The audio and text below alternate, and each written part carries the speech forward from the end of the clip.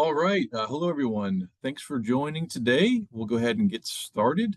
This is the information session about NC State Prague, NC State European Center in Prague. Today, we're going to share with you some information about our programs, obviously, how classes work, the housing situation, what the costs are, how to apply. We'll field all sorts of topics about our programs, who we are, what we do. So we're going to be here. Should be about 6 o'clock. We usually definitely get you out of here by then. But the presentation's pretty short. We do have plenty of time at the end for questions. So if we could just ask you, just hold your questions until then. Probably will answer the questions that you may have right now. We may answer it during the course of our presentation, but if we don't, we'll have plenty of time to address those still at the end. And we want to thank you for registering, obviously, and submitting your questions and topics of interest. We will pretty much cover everything you guys have asked. And if we don't, again, just make sure to ask us at the end. Usual house rules for Zoom meetings, just keep yourself on mute, please, unless you're talking.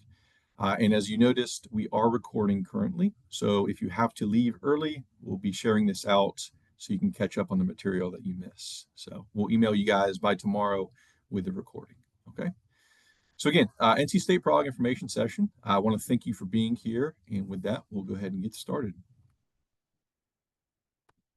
First of all, quick introduction to who's on the call. So my name is Alex Wessner. I do work, obviously, for NC State Prague. I've been with NC State for a while, and I work on the Raleigh side of NC State Prague. So most of our staff at NC State Prague are actually in Prague, as you'd expect. However, we do have a need for staff to be on this side to do promotional activities, recruitment, application support, all the things that we call pre-departure activities. And so that's where we come in. And I am here as the associate director over here at Holmes Hall, soon to be Page Hall. And then I'll pass it over to my colleague Maggie to introduce herself. Yeah. Hi, everybody. My name is Maggie Agnew, and as Alex said, I'm a program coordinator. I'm also on the Raleigh side of things. I've been with the European Center since June of 2023, so kind of just past my second year with the European Center in Prague. We also have on the Zoom today Isabel, and I can pass it over to her to introduce herself. So Isabel, if you just want to quickly share something about yourself or introduce yourself, please. Sure. So hi, I'm Isabel. I'm a senior this year. I'm double majoring in biochemistry and microbiology, and I just got back from 3 weeks in Prague doing the Plagues History and Public Health program. Great. Thank you, Isabel. Thanks, Maggie. So we'll be hearing more from Isabel throughout the presentation. It's really important to obviously hear from our student participants. They provide the best information about their experiences. So we'll be sure to touch back with her frequently throughout this. Okay, so I want to give you all, if you're not familiar with the NC State European Center or NC State Prague, I want to give you a quick overview, quick history on who we are. So you may be wondering, first of all, why Prague, why NC State, what's the connection? So it started out sort of a long time ago, well, in the 90s. College of Design students went to study abroad in Prague for obvious reasons. If you've seen the city, there's a lot of beauty architecturally, a lot of interest there. And so over time, it just became a more and more popular destination for study abroad. So much so that today, we are the university's most popular study abroad destination. And we basically currently serve over 400 students as of this calendar year. So it's real popular. We do sometimes serve non-NC State students, but by and large, it is for our NC State student population. So we are, as you see up there, we are NC State's only permanent overseas facility, which is pretty neat. We are located in the historic section of Prague. So not in the outskirts, not in the industrial section of the city. We're right smack dab in the middle of really, if you're a tourist in Prague, this is the spot you're going to go see. So right off of the main old town square. In fact, if you look at the top picture there, we are that yellow building with the red flag. So that's on a pretty popular tourist route between the old town. If anyone's familiar with Prague or been there, between the old town and the Charles Bridge, you pretty much have to, or most people go on the route that passes the building. So we're right off of that. So great location, in other words. So you would be there taking your classes in that building if you were on our study abroad programs, which is obviously a big attraction to why people do our programs and why we're the most popular destination at NC State. In addition, and another big reason why we're popular is because we have a robust staff support. I mentioned at the outset, we have, Maggie and I are here, but most of our staff members are over there. And so we have over a dozen full and part-time staff members, mostly Czechs. Also, we have our director's American, but mostly they're locals. And so they work out of this building as well.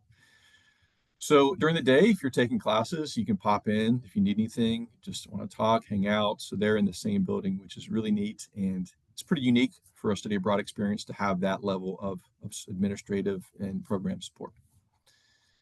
So below that, you can see a few snapshots, a few looks into some of our other rooms in that building. It may appear small from this small image, but there's a lot, trust me, there's a lot in that building. So your classroom space, again, all our office, our staff spaces in there, our staff offices, a lot of other types of spaces, multi-use space. We have a kitchen, you can see in the bottom right, lots of stuff there in that building that we call the NC State European Center. So shifting gears, so that's a brief overview. We do have a lot more, and if you want to check out more images, more information about the location, the site, we have more on our website. So just kind of a little peek. I want to talk a little bit now about classes. We did get some questions from you all about how do classes work, how many classes do I have to take or can I take? So just briefly, I want to stress this first point that all classes at NC State Prague are NC State courses. So what I mean is, if you do a study abroad program, you typically will have to go to a different university wherever your location is, and you have to make sure that that class you take at that location will count. You can transfer it back into your NC State degree. So you have to make sure it counts. Well, that's not the case for NC State Prague programs because they're all NC State classes. They're taught by faculty that have been approved and vetted by our home department here.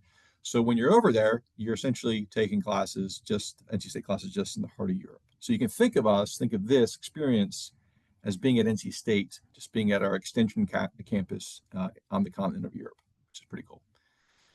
So no transfer process, so they count in that sense, but we do offer courses typically that cover a wide variety of GEPs. So one thing I want to mention is important if you're planning your study abroad experience. If you're far into your degree program, let's say, like maybe you're a junior or senior, and you've already fulfilled like most or all of your GEPs, you just want to be sure that the classes that we have there are going to be something that you can take that will count. And so when exploring that, you want to check out our course catalog. We have over 30 classes that we offer at different times of the year. So you see that link down there. It's on our website. You can take a look at our classes. We'll have next to each class which GEP category it fulfills and how many credit hours, who the instructor is that you can read about and so forth. But you want to check that out when you're in the early stages of planning your study abroad experience. You want to make sure, obviously, being over there is worthwhile to you. The courses you're taking count toward your degree. But if you still have GEPs to fulfill, you can find pretty much something that in lots of different categories that can fulfill what you need. So you can see here, we cover this list of GEP categories. Anything you take, by the way, abroad is going to fulfill the global knowledge category, no matter what it is, just FYI. But you can kind of dig into it a little bit more when you're planning. One other point, which is pretty neat, we schedule classes to meet Mondays through Thursdays. So this allows you to have free, long 3-day weekends to basically explore the city, travel abroad, do what you want. It's basically open to you. The big reason, obviously, studying abroad, it's studying, but also being abroad. And we want to make sure you have opportunities to travel, explore, get out of the classroom. You're not going to be over there chained to your desk, stuck in the classroom, so to speak. You'll have work and homework like you would expect with any college course, but you're not going to have so much that you can't also get out, because that's wouldn't be much point of being on a study abroad program, right? So class meeting times Monday through Thursday, typically for everything. Sometimes professors will have a Friday meeting if there's like a makeup or like a field trip, but typically expect Monday through Thursday only. So your class sizes were going to be small. So we have, as I mentioned, over 400 students a year, and the way that breaks down is typically you'll have class sizes throughout the year, no matter what class you're taking, of really no more than a dozen to 14 students. In a lot of cases, you'll have smaller classes, and so this I always tell students it can be a good thing, and also it could come with it could be a bad thing, so to speak. So if you haven't done your reading the previous night, haven't done your homework, there's no place to hide. You can't just sit in the back of the classroom hoping the professor just doesn't see you. But I think overall it's a great thing because you get a lot of attention from your professor. You have a great opportunity to really enhance your learning by having that interaction, which you normally can't get at big institutions like NC State. Like if you're taking, that auditorium general chemistry course. So it's a really great opportunity to be in a class with that small of a size, and you get to know your peers, your fellow students there as well. As I mentioned, most of our instructors, I think I mentioned, well, they're from the Czech Republic, they're from Europe typically, and usually they have another appointment at a local institution in Prague or around Prague. But again, all are vetted and approved by NC State home departments. So again, the content that you're learning, the syllabus meets the same standards and content expectations from any course at NC State. So you are taking NC State courses, and they do count. Part of being on a study abroad program is you get the benefit from going outside in the city, taking field trips, class excursions, going to museums, and so forth. So depending on what course you're in, the instructor they usually do a great job of trying to incorporate field trips and visits that enhance what you're learning. So if you're in a history course, obviously there's plenty of opportunity in Prague to really kind of encounter living history. So it's a really great way to enhance your learning experience of being abroad. So definitely you have opportunities to do that as well. So with that, I'm going to pause here and pass it over to Maggie so we can hear more from the student experience. Yeah. So Isabel, if you want to talk, obviously you took kind of a specific program, so you had a specific course that you were taking, but maybe you can explain a little bit about your course structure. So what what a school day looked like for you in Prague, maybe overall how the course you took fit into your degree plan, and kind of some aspects related to your academic experience. Sure, absolutely. So I am a transfer student, so I came into NC State with my associate's degree, which meant all of my GEPs had already been fulfilled. So that definitely makes studying abroad a lot harder. But I did really want to go to Prague, and so the Plagues History and Public Health course was brand new. It was a brand new program. And so I kind of jumped on it because it was pretty much the only course at Prague that could actually fit into my degree requirements for me to go, which was really cool. So even though I couldn't do like a whole semester abroad, I was able to go for 3 weeks. And it was really time well spent there. I think if I had been there longer, I would have been really homesick. Um, but yeah, so it was a pretty chill class. So like you said, we had class Monday through Thursday. We started off doing 3-hour lectures, and then pretty much halfway through, my teachers were like, "Yeah, we're just gonna meet for 2 hours, and then you can go off and do your own thing."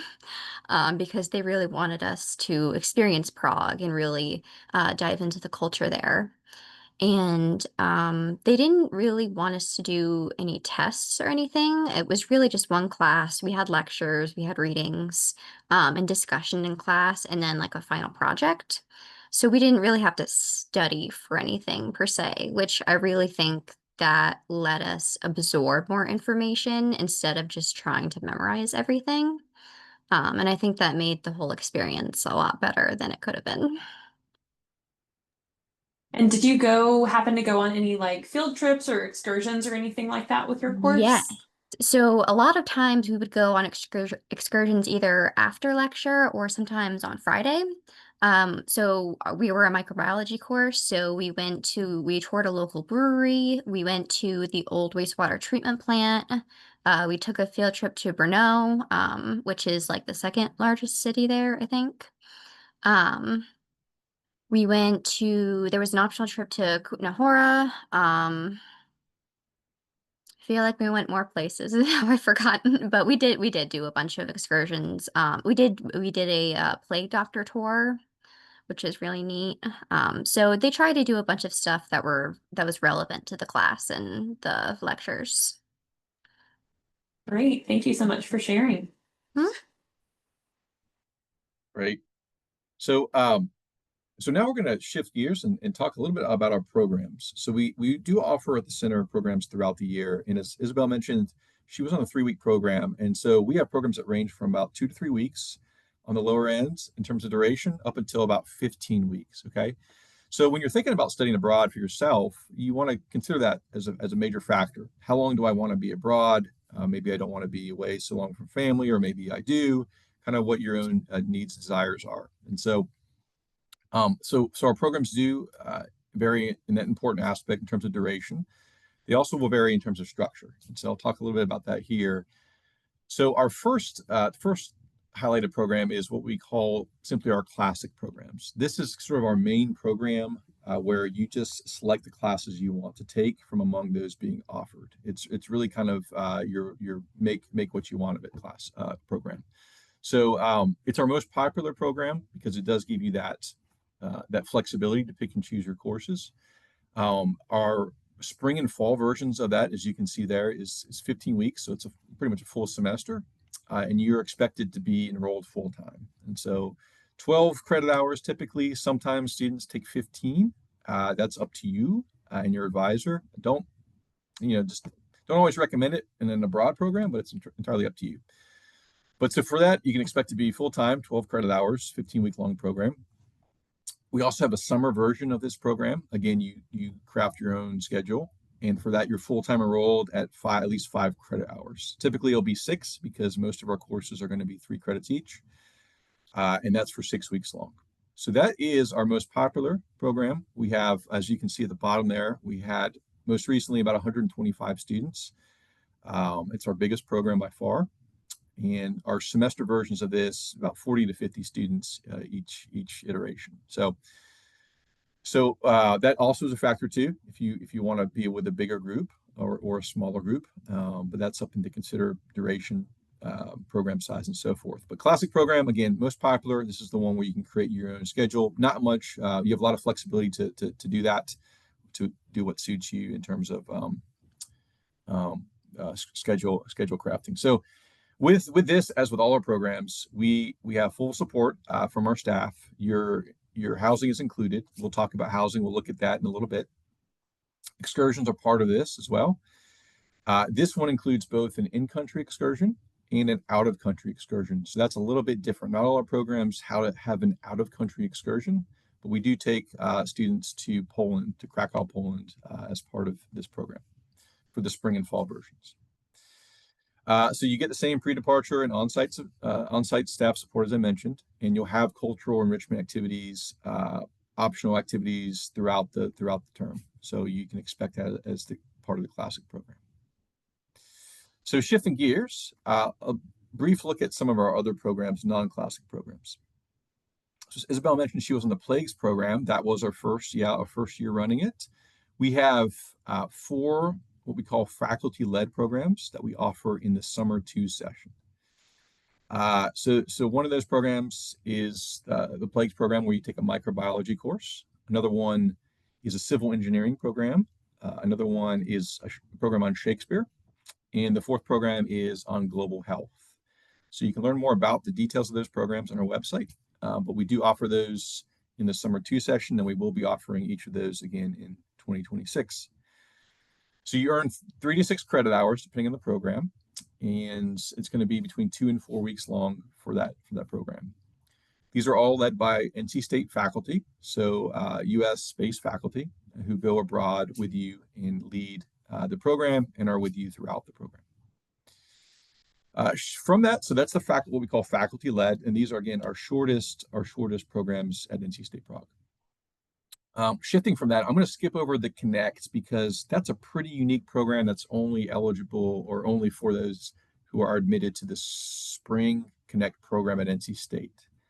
Those are students who are first-year students. It's a pretty unique program, and you have to be, in that category. So not many people, I think, on this call or expressed interest in that and probably are eligible for it. So I'm going to skip over that. You're welcome to read more about it on your own there or on our website. So the Spring Global Leadership Minor, this is probably our most unique program, I would say. It is what we call a nomadic program in that we take you from Prague to 2 other European countries. So that's going to typically each year include Scotland and France or Scotland and Germany. So we take you to Glasgow, Scotland, and Nice, France. That's where we're going for 2026. On this program, you basically are traveling together as a group, and the group will consist of about around 15 to 20 students. So it's one of our smaller programs. You travel together and you take all your classes together. So your classes are predetermined. They basically are courses that make up what's called the Global Leadership and Team Decision Building minor. So you basically take 12 of the 15 credits for this minor abroad on this program. And the last class you take beforehand here in Raleigh. So it's a 10-week program. It's pretty intensive in terms of learning and traveling, but it's a really cool, really unique program that through which you get to know your faculty really well, the students you're traveling with really well, and also you get to interact with local students at the universities in France and in Scotland as well. So feel free to check that out. More information on our website. The final 2 programs to highlight, one is the Summer Engineering 101 program. We know we had some engineering interest among those who registered for this presentation. And the Summer E101 program is simply where you take the E101 class in addition to one class of your choice. So it's 6 weeks long. It basically pretty much mirrors our Summer Classic program, which I just talked about. The only difference really being you take the E101 as one of your 2 courses. Okay, so something that's really interested, kind of niche for engineering students who still need to take the E101 course. Finally, we have our summer internship program. So this is different than any other program because you're primarily doing an internship. So you're not really in class, although you do get credit for a 6-hour SLC 450 course.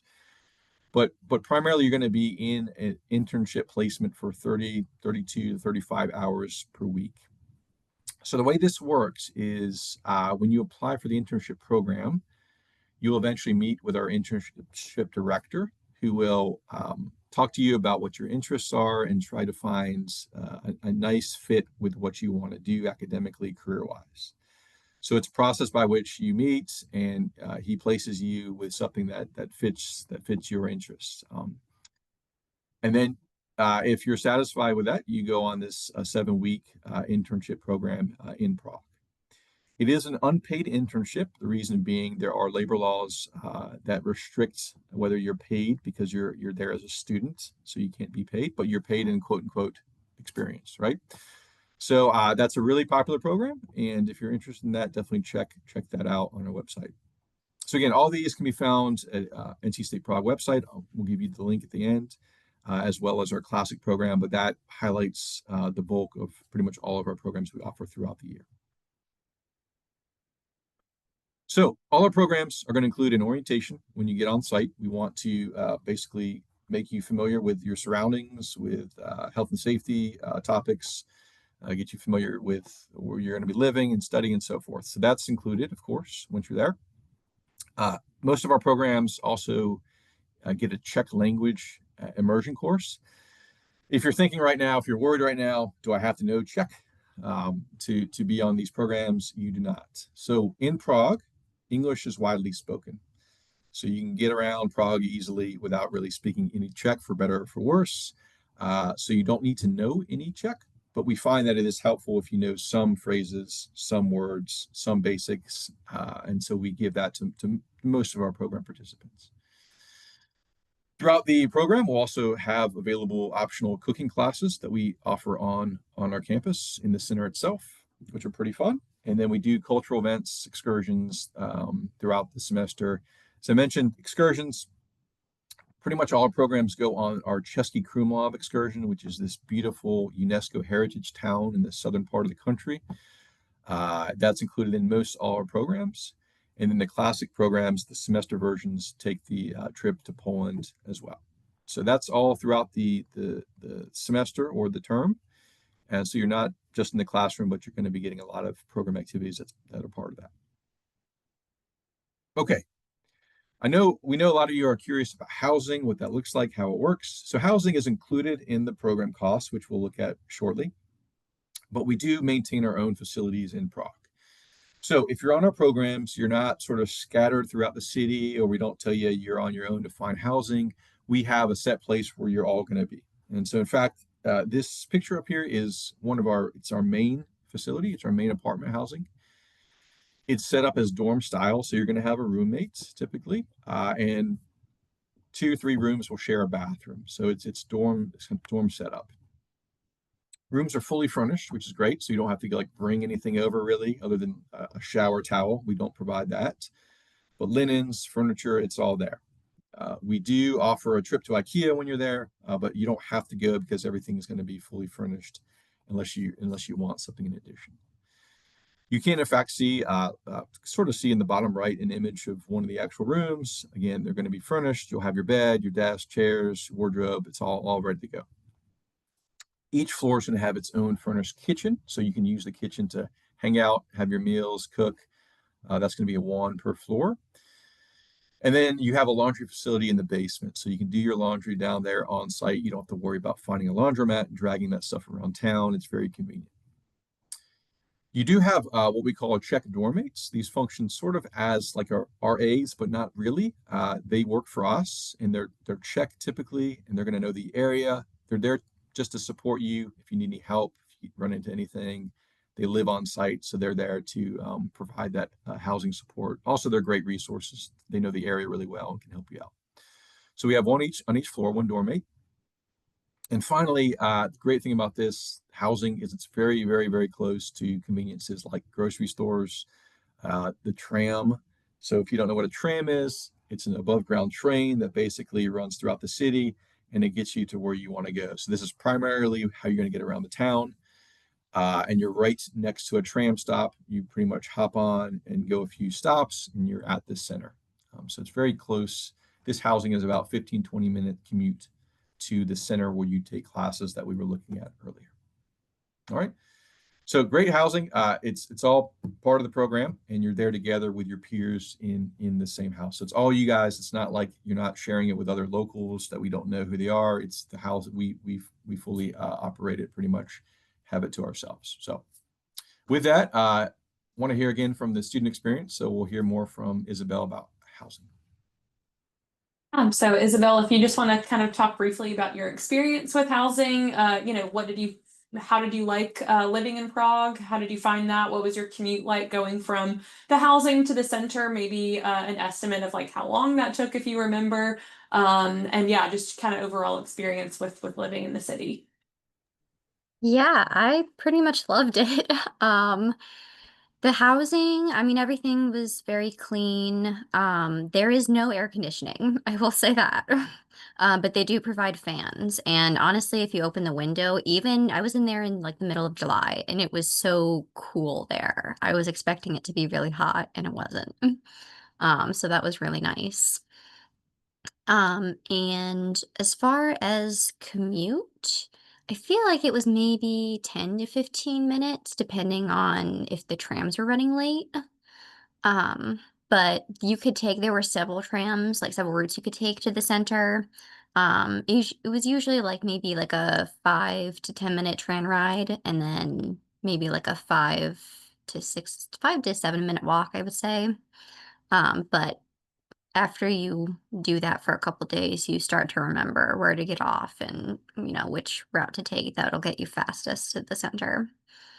I really love the tram system. It's so, so convenient. I miss it so much. I didn't drive for a month and I didn't miss it at all. You literally just hop on and it'll take you wherever you need to go. There's also buses if the trams don't go there. They have a metro too, which was really nice to use. It's the housing center is super close to both the main train station. It's like 5 minutes away by tram, and then it's also across the street is a Lidl. which is kind of like the sister store to Aldi. But grocery shopping was so cheap. Everything pretty much is very cheap in Prague, especially food. Every time I went to the grocery store, like it came out to under $20, which made me very happy. And I don't think I cooked the entire time I was there because eating out was so inexpensive. Like $10 will get you a decent meal, in like a nicer restaurant, which was great because the food there is also really good. Not so much the traditional Czech food, but because Prague is such an international city, you can find like pretty much anything that you want. Awesome. Yeah, Czech food is very particular. And not a ton of students I would say would enjoy it, but you can find some good Czech dishes. But yeah, that's great information. Thanks, Isabel. Okay, yeah, thank you. And talking about prices and food, that segues nicely into our next topic. So we're going to look a little bit about costs. So the program costs, what it includes, what it excludes, what that looks like. And so just the main things, and we kind of glanced over it, but if you did notice in our program slides, we did have costs next to each program.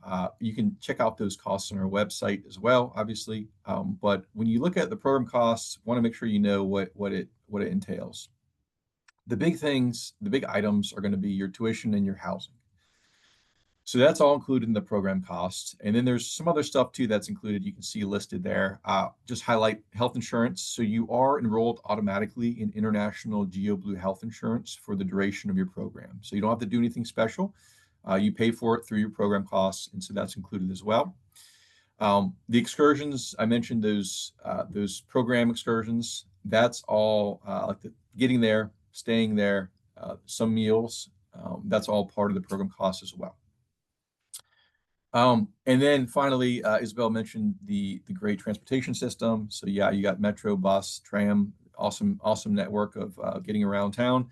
So what we do is we give you each a transportation pass when you arrive to Prague. It's going to have your name, a picture of you, and so all you have to do is just keep that on you, and you can hop on and off all these trams anytime, as long as you have it on you. It's for the city of Prague the whole time you're there, and so you pay for that through the program costs. So you can see the full inclusion there, but I want to mention a couple of things it does not include that's worth noting. So the big items that are excluded from the costs of the program are flights, the flight to get there, get back, and most of your meals. So we do not coordinate group flights for any of our programs. So you have the flexibility basically to purchase the flight when you want, however you want, whatever route you want. Doesn't matter to us as long as you're there on the program's arrival day, which is marking the first day of the program. So arrival day means is when you physically show up in Prague. So you can get there however you want. So you would book the flight. And so if you've ever looked at flights, you know that there can be a lot of fluctuation in airfare. Maybe from month to month, from day to day, from hour to hour even, and certainly by route and by airline. So we leave that up to you, but just expect to pay that out of pocket. That's not included in the program cost.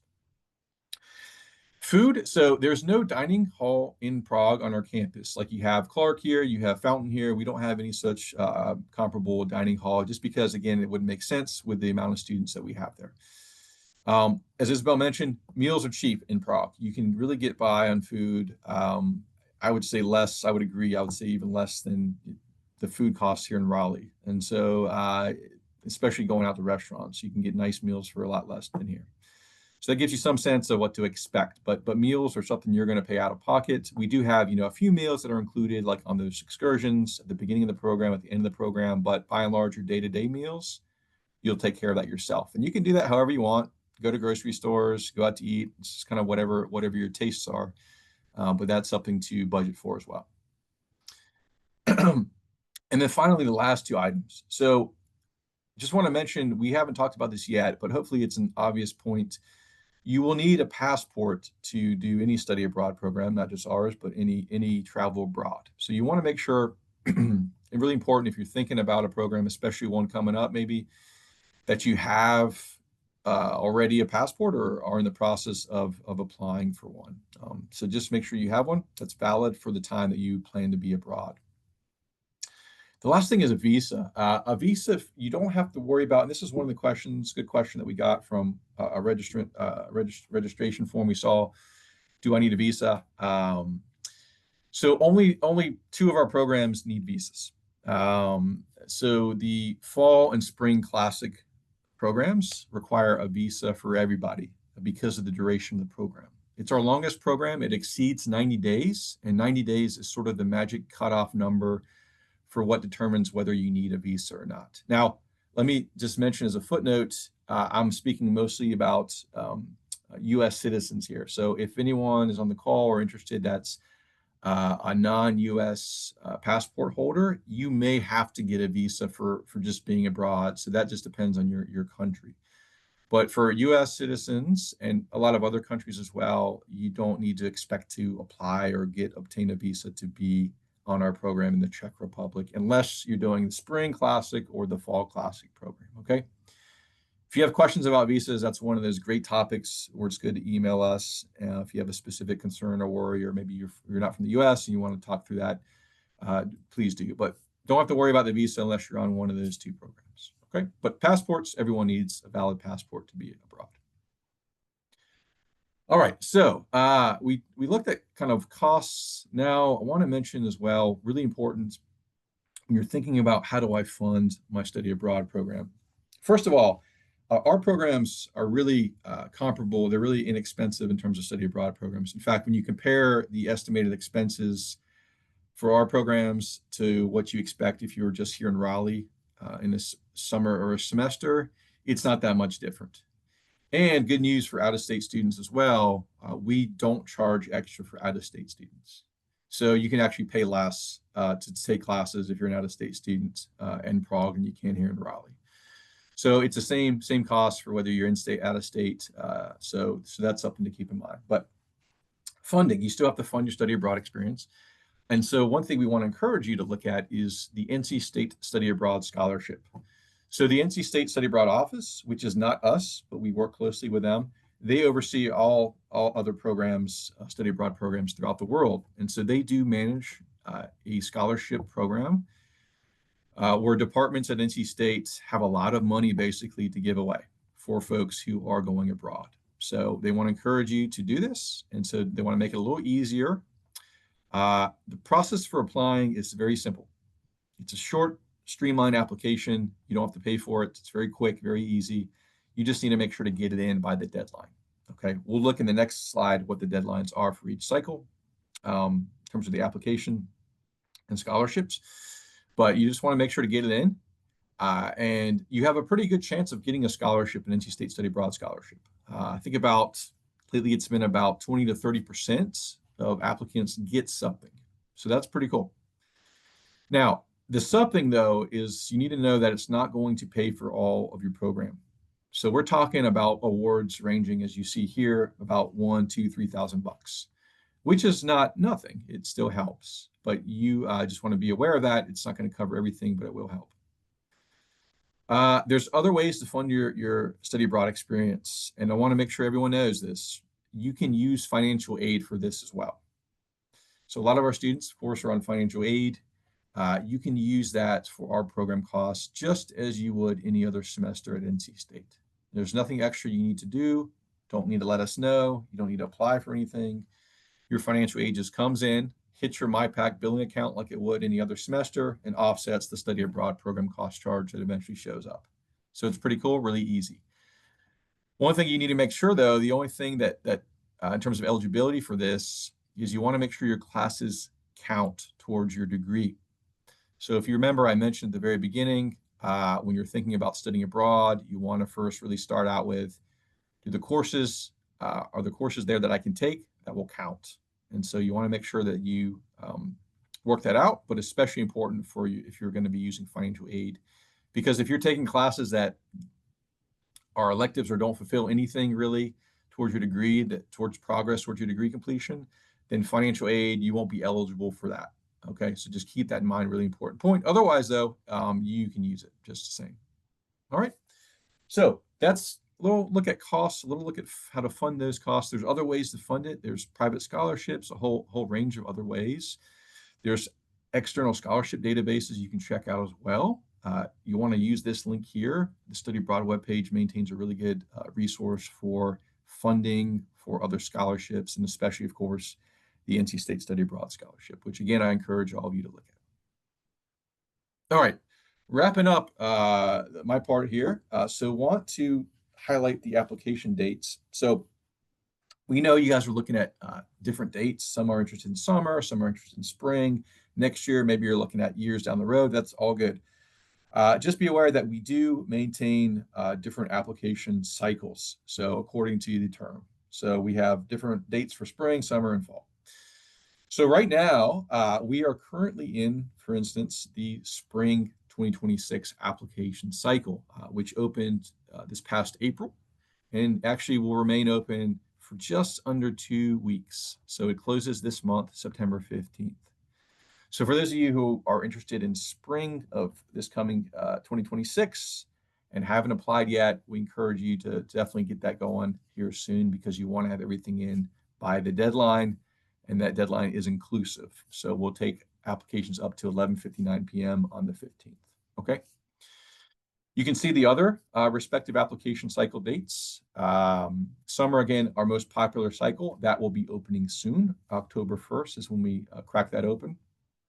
And then that closes, that has the shortest window because it is our most popular. We get a lot of applications. We do have an early kind of priority deadline of November 15th for that one, but we'll still take applications for summer up until February 5th for our regular deadline, okay? But keep in mind, if you're thinking about summer, again, that's our most popular, so you encourage you to apply early if you can. And then we have our fall, which basically opens as well this coming November and wraps up around February 15th or on February 15th. So be mindful of those dates, and especially, again, spring folks who are thinking about 2026 spring, get your application in completed by the 15th of September. If you're thinking about the spring classic, fall classic program, and our global leadership minor program, do be aware that that application includes an advising appointment. So that appointment is conducted over Zoom, but it does take scheduling. So you have to go into the application and schedule your appointment. And please, please, please do not wait for the last moment on that, because you may find that there's no appointment availability. Okay. So definitely get that going if you're thinking about those programs for that cycle. All right. So last but not least, the application process, really easy. It's done entirely online. To apply, you simply go to our webpage, you find your program of interest, and each program will have its own separate page, and each page will have an Apply Now button. So you'll see at the top a really obvious red button that says Apply Now once it's available. You click that, and that will route you to the Pack Abroad portal, which is just the online platform to apply. From there, it's pretty self-explanatory. You have some forms to fill out, some things to sign, some things to read, and then you just work down the application by the respective deadline, okay? Maggie and myself, we're here to support you in the application process, obviously. So if you have any questions, something's not clear, any technical issues, do reach out to us. Let us know. We're here to help for that especially. So don't hesitate to reach out to us about that process. But it's pretty simple, pretty straightforward. Okay, with that, I'll pass it back over to Maggie. Yeah. So I know we're at about 15 minutes until 6. I don't want to take up too much more time. I want to make sure that if y'all have any questions that you'd like answered aloud while we're here, that we get to that. But did want to ask Isabel to just share a couple more things with us. So I guess first, Isabel, would you mind answering why you chose to study abroad with NC State Prague? Well, I knew I wanted to travel, and this was kind of the only location that fit any of my degree requirements, because I did transfer in with all of my GEPs. And for biochemistry, the biochem specific programs were in locations that I did not want, that were either too hot or too cold. Yeah, definitely fair. Well, you mentioned travel, so I guess following up on that, so were you able to travel during your program? And if so, how did you balance your coursework with your traveling? Yeah, so I definitely traveled. I actually went a week early to Europe. I went to Switzerland first by myself, just to see it. So that was pretty cool. And then I met up with everyone in Prague. And then our first weekend, one of my friends and I went to Italy. We just took a plane. It was like an hour, which was pretty cool. And then the second weekend, we went to Austria. We went to Vienna for the weekend, and that was pretty much almost our whole group went there. It's only like 4 hours away by train. Our professors were very much in favor of us traveling. They didn't assign any work that was due like over the weekend because they wanted us to get out there and do things.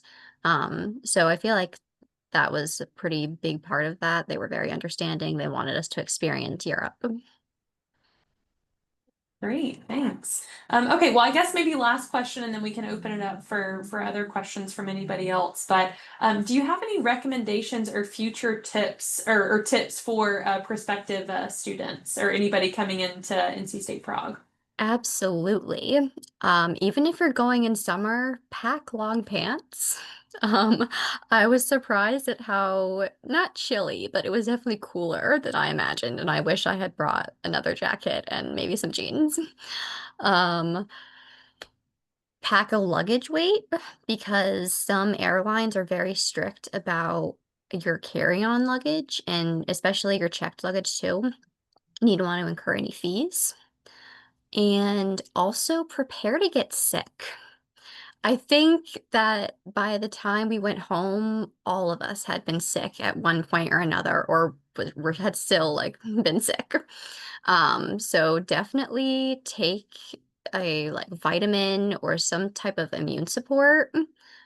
Just because traveling does stress your immune system, and you're going to be around a lot of people for weeks at a time.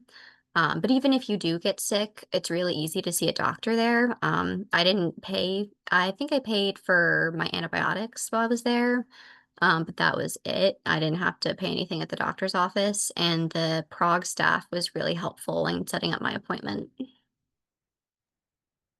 Okay, great. Well, thank you so much, Isabel, for those answers and the ones that you provided previously about housing and academics. I know, like Alex said earlier, it's always nice to hear from the student rather than from Alex and I. You've lived the experience and can tell a little bit more about it. So thank you so much. Yeah, absolutely. All right, great. So as promised, we want to give you time, those folks on the call, to ask us questions, anything we didn't get to address or want to elaborate on. Now's your chance. Still about 10 minutes to go. And so feel free to, at this point, unmute yourself, or if you're more comfortable, you can ask along in the chat box. Yeah, great. Okay, yeah, first question in the chat. So I'll just read these aloud. So are the courses pass, fail, or letter grades? Great question. They are graded. So letter grades. Yeah, so you want to expect, unless you have, arranged them to be pass fail, which typically students won't. So you can expect letter graded courses for all the classes you take at NC State Prague. Yeah, great question. So, you know, and just until other questions come in, just to elaborate a little bit and touch upon what Isabel mentioned earlier, a great point. So our faculty, by and large, across the board, are aware that you're on a study abroad program, and so they're not going to give you so much work. I think I mentioned this just to stress it again, so that you can experience outside of the classroom. So you're not going to be stuck in your dorm at home, doing work all weekend. You obviously want to expect to do that because it's a college course. There's expectation, there is a rigor to it. So you will have work to do, and part of that is sort of balancing that. But you won't be, I think, overwhelmed by and large, unless you get really far behind for some reason, such that you can't enjoy your time abroad and really tap into the location. Yeah, so is it possible to take a course other than the ones listed in the classic summer program, a wellness course while in Prague? Yeah. So, okay, good question. So, if you want to see our courses, what we offer throughout the year, best thing to do is go online, check out our course catalog. We have a little over 30 classes we offer, and I'll tell you exactly which term, and what I mentioned earlier, and what GP it fulfills. Now, if you see that list and there's something that's not on there you want to take, You can take one DE course as sort of a substitute for a class. So you can take a DE course through NC State. However, when we're fine with that, as long as you arrange it with your advisor and you want to do that, just be aware though on the cost side of things that you would still have to pay the DE or online fee for that because it's charged through a separate unit in NC State. So we can't like prorate that your program costs. So you would have to pay for that on top of the program costs. So if you're fine with that, go for it. You can take like a DE or online course. Yeah, thanks, Maggie. So she just put in there the course catalog link. You can check that out. So yeah, so if you want to take something else off of the like NC State online, Delta, you're free to do that. Just be prepared to pay for those costs in addition. Yeah, good questions. So again, while we're waiting for other questions to come in, just our classic programs are the ones where you can craft your own schedule. Everything else, pretty much, they're going to be preset schedules, especially like faculty-led programs, the one that Isabel was on. Those have really, one or two classes that are predetermined. Our GLM program, the internship program, which again is mostly you're in your placement, but that one course is specific. And then so it's your classic programs and your E101, which is E101 plus a course of your choosing. So when you're thinking about studying abroad, if you're looking at our programs, you want to obviously factor that in. Do I want to have that flexibility to craft my schedule? Are there courses available that I can take that will count towards my degree? Do I want something more specific, more structured? Do I want to be with the same peers, the same students in all of my classes? Or maybe I want to mix it up a little bit. So factors to consider.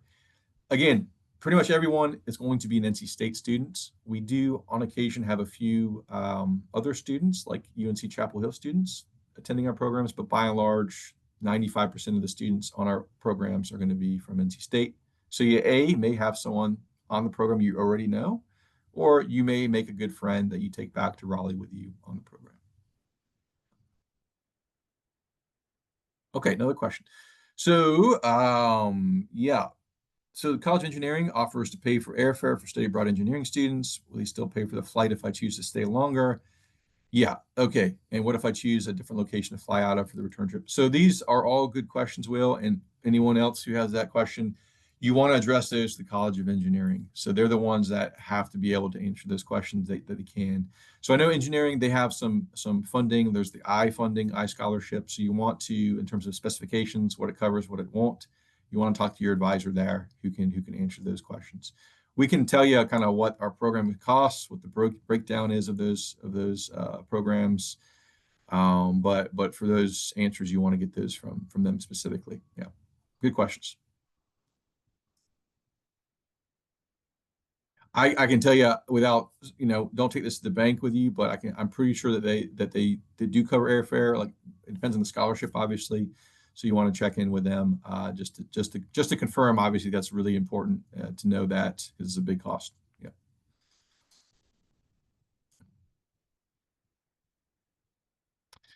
So again, I'll fill in the gap here while we wait for the questions because it's an important topic. So the flight I mentioned we don't book group flights, and one of the benefits, of course, of that is you can book at will. So however you want to, maybe some people like to pull the trigger really early. Some people like to wait, watch the costs, kind of track that. So it's up to you entirely. But the downside is, you're not necessarily flying with everybody, with each other. However, because you have to be in Prague on the same day, and because most folks are flying out of Raleigh Durham, not all, but most, you're going to end up being, even if you don't coordinate it, you're going to end up being probably on the same flight with a few other students.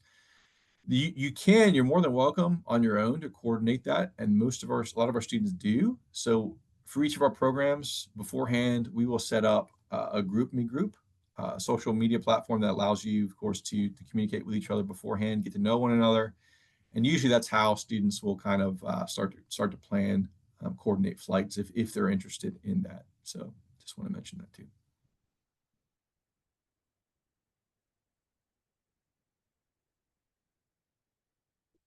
Any other questions? About 5 minutes. So if you're anything about flights, costs, anything we talked about, didn't talk about, anything you're curious about?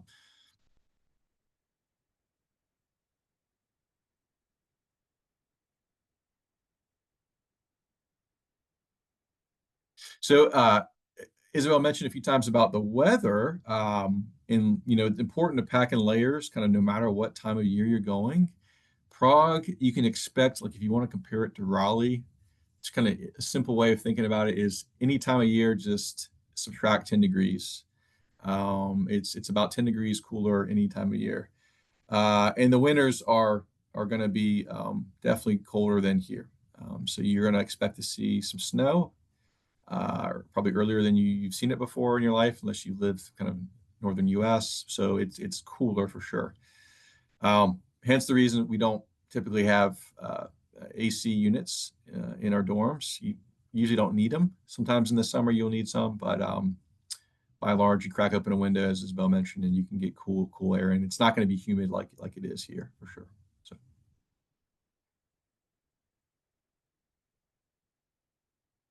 okay. Well, about 3 minutes. So if there are no other questions, I'll sort of wrap up here. Before I change slides here, this image is of we're looking at the Old Town Square. This is at any time of year, any time of day, really, there's a ton of people in it. So it's still, unless this is Photoshop, this image always boggled my mind as to why there's so few people, unless it was taken during COVID. But this is always heavily trafficked, really exciting, energetic spot of the city. It's the most touristed place, I'm sure, of the city. And if you go straight towards that double-spired church, it opens up to the big, huge, old main town square. Now, on the left there is the Prague astronomical clock, really famous landmark, this super old, historic, really cool clock. If you do a 180, if you just turn around 180 degrees and walk a little ways, you'll be at the little square. It's really a triangle, which is right off of this, and we are right there. So just like, not far from where you are, just you basically have to walk through this on your way to class in the morning. You're right there, smack dab in the middle of all of this. So that's your classroom if you're on our study abroad programs. Prague's a beautiful city. There's a reason why the university has a campus there.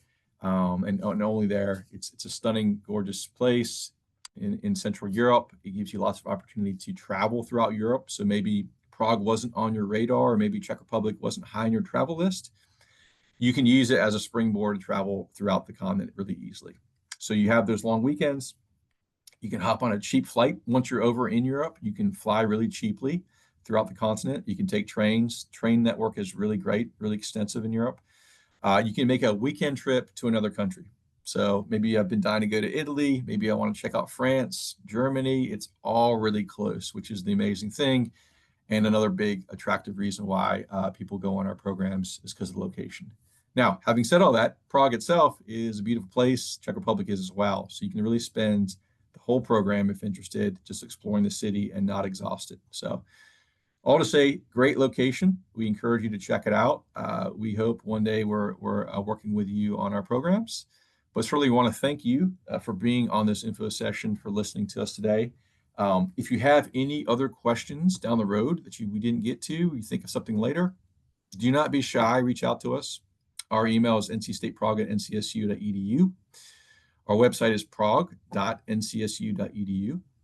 A lot of everything we covered and more you can find on our website. And then if you want to follow us on social media, check out what some of our students are doing, get inside tours of our buildings, check out our Instagram, TikTok, and Facebook pages. So keep in touch with us. Reach out to us if you have any questions. Like I said, we're going to be sharing this recording by tomorrow, so you can check this out, refer to it later, share with parents or whoever you want, friends. But with that, again, want to close out. Thank you for being on this call, and we hope you have a great rest of your day.